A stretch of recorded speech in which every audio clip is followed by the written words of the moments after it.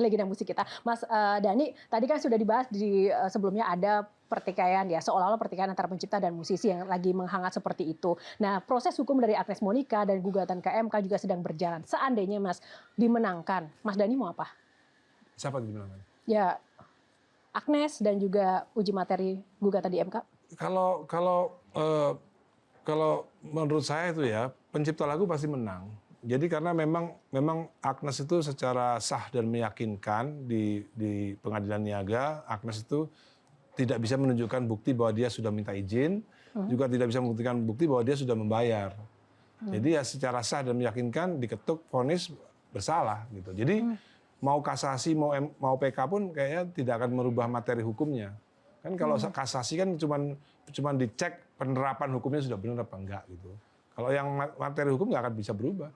Ini judicial review, Mas? Enggak, yang kasasi. Yang kasasi. Yang ditanyain sama judicial review MK. Uji materi. Udah nggak mungkin. Karena jadi kadang-kadang gini, penyanyi-penyanyi ini nggak ngerti kalau menguji ke MK, namanya kan Mahkamah Konstitusi. Itu kan menguji apakah pasal ini bertentangan dengan Undang-Undang Dasar atau tidak sebagai konstitusi. Nah, sedangkan yang diuji ini adalah apakah penyanyi boleh minta izin? Apakah penyanyi boleh tidak dapat izin untuk menyanyikannya? Padahal undang-undangnya pasal 9 wajib minta izin. Wajib loh ya minta izin. Nah, kata wajib minta izin kepada pencipta ini diuji di Mahkamah Konstitusi. Apakah ini tidak sesuai dengan Undang-Undang Dasar 45 sebagai konstitusi? Sementara di pasal 28 H ayat 4 ada haknya. Nah, kalau kita baca aja, aku lupa tadi catatan ya, bahwa kepemilikan itu bahkan negara tidak bisa mengganggu-gugat. Tidak bisa diambil seenaknya, sewenang-wenang, bahasanya begitu. Nah, Mas Dhani, tunggu sedikit aja. Di balik layar nih Mas, kita sudah mendengar banyak hal ya, konfres pihak A, pihak B. Tapi di balik layar, sebenarnya Mas Dhani sendiri menilai, ini masalahnya itu apa sih? Masalahnya ini, saya sudah ngomong waktu di Metro TV waktu itu ya, ini masalahnya cuma lack of intellectuality aja. Penyanyi-penyanyi ini bacanya baru seperempat, bacanya baru sepertiga, tapi udah berani ngomong ke publik gitu loh. Ini yang bukan membahayakan ya, jadi membuat informasi yang nggak benar gitu loh. Mereka tuh bacanya baru separuh, belum tentu separuh juga, tapi udah ngomong. Tidak hanya membaca soal undang-undang soal separuh, Mbak Tejo. Mereka ini tidak mengalami hal seperti saya. Saya ini adalah pelaku industri tahun 90-an. Pelaku industri tahun 2000-an, pelaku industri sekarang. Jadi otomatis secara general pengetahuan saya soal industri ini saya lebih komprehensif dibandingkan mereka gitu. Kok berani-beraninya mereka ngomong cuap-cuap sesuatu yang mereka nggak yakini benar kebenarannya, dan bahkan mereka tidak mengalaminya gitu loh. Bagaimana perundang-undangan itu dari tahun 70, zaman 70 tuh Mbak, kita tahu zaman tahun 70 itu semua penyanyi artis nggak ada yang dibayar royalti, semua dibayar flat. Itu zamannya begitu, tiba-tiba tahun 80 sama tahun 90 baru ada royalti. Baru ada digital. Jadi saya itu kan ngalamin semua dari tahun 90, 80, 2000 sampai sekarang ngalamin semua. Nah, sementara mereka yang nggak pernah ngalamin kok tiba-tiba ngomong-ngomong seenaknya gitu. Ini yang saya kesel tuh begitu.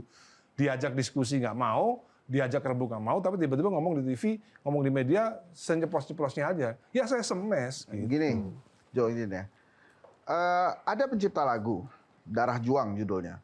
Mereka dirampas haknya, tergusur dan lapar. Enak Bunda relakan darah juang kami untuk kebebasan rakyat gitu ya. Pencipta aslinya tidak pernah marah terhadap orang yang menyanyikan lagu itu dan disangka penciptanya. Nah, maksud saya ini masih terkait dengan judicial review.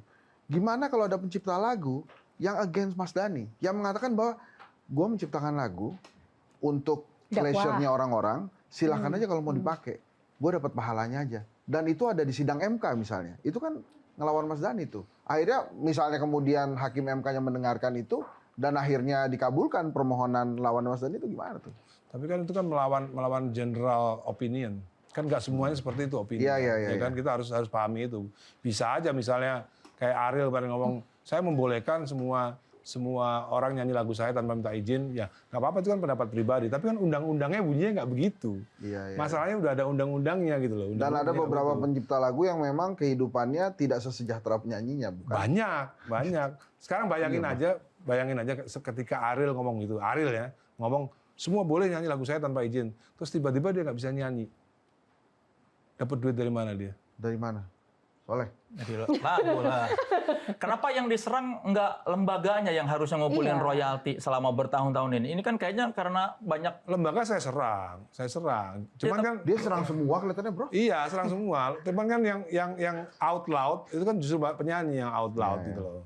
Kalau lembaga saya serang juga. Artinya ketika kemarin mungkin Ariel dan kawan-kawan menyatakan bahwa sebenarnya kalau dari sisi Ariel itu kan tidak ada spesifik menyerang balik Mas Dhani, tapi lebih menekankan oh ini semua terjadi karena kekecewaan terhadap sistem dan LMK. Nah itu Nggak juga, salah, itu salah. Ini jadi saya menengarai penyanyi ini berlindung di balik ketidakbecusan LMK untuk menarik royalti konser.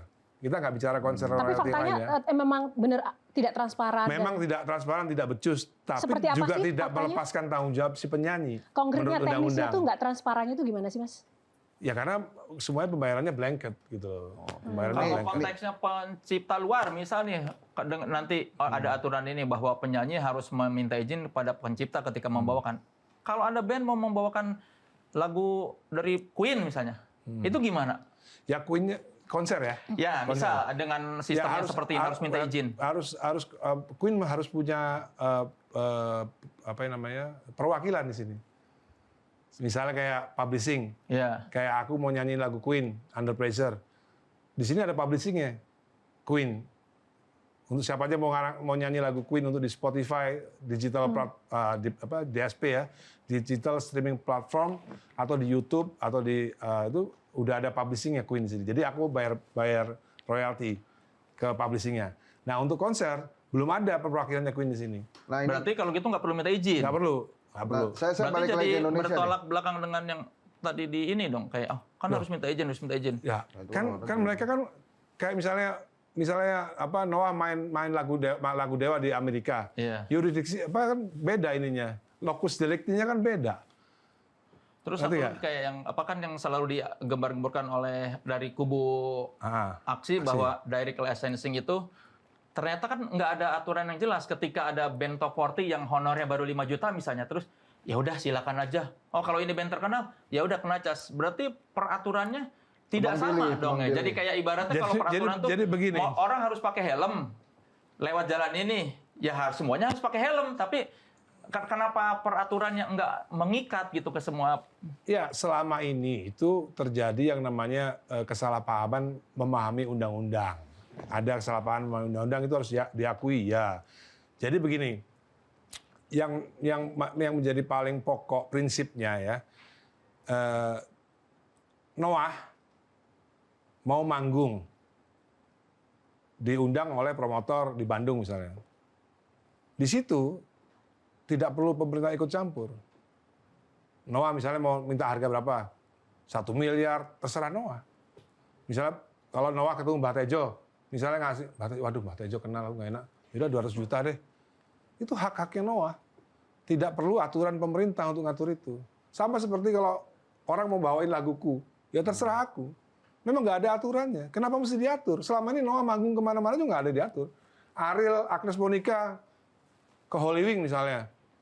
Minta berapa Agnes sekali main? 500 juta. Emang pemerintah ngatur? Nggak ada aturannya. Kalau misalnya Agnes mau main ulang tahunku, Nas kamu main di ulang tahunku ya. Kan kita dulu pernah deket. Ya udah 100 juta aja. Deket apa nih? Ngerti Iya. nggak? Lurus. Oke. Salah nggak Agnes ngasih aku 100 juta? Nggak salah dong. Memang nggak perlu harus diatur. Nggak mungkin Tapi gini. kalau nggak perlu harus saya- diatur, kenapa harus ada aturan yang mengatur soal itu? Kalau Ya, pada itu ujungnya- salah paham yang selama ini didengung-dengungkan oleh mereka, ya dalam tanda kutip mereka nih, mereka yang kebanyakan sekarang ngomong soal itu mereka yang tidak peduli terhadap keterlantaran pencipta lagu selama 10 tahun ini, itu dia. itu mereka nggak peduli. Kok sekarang mereka ikut ngomong gitu loh. Jelajahi cara baru mendapatkan informasi. Download Metro TV Extend sekarang.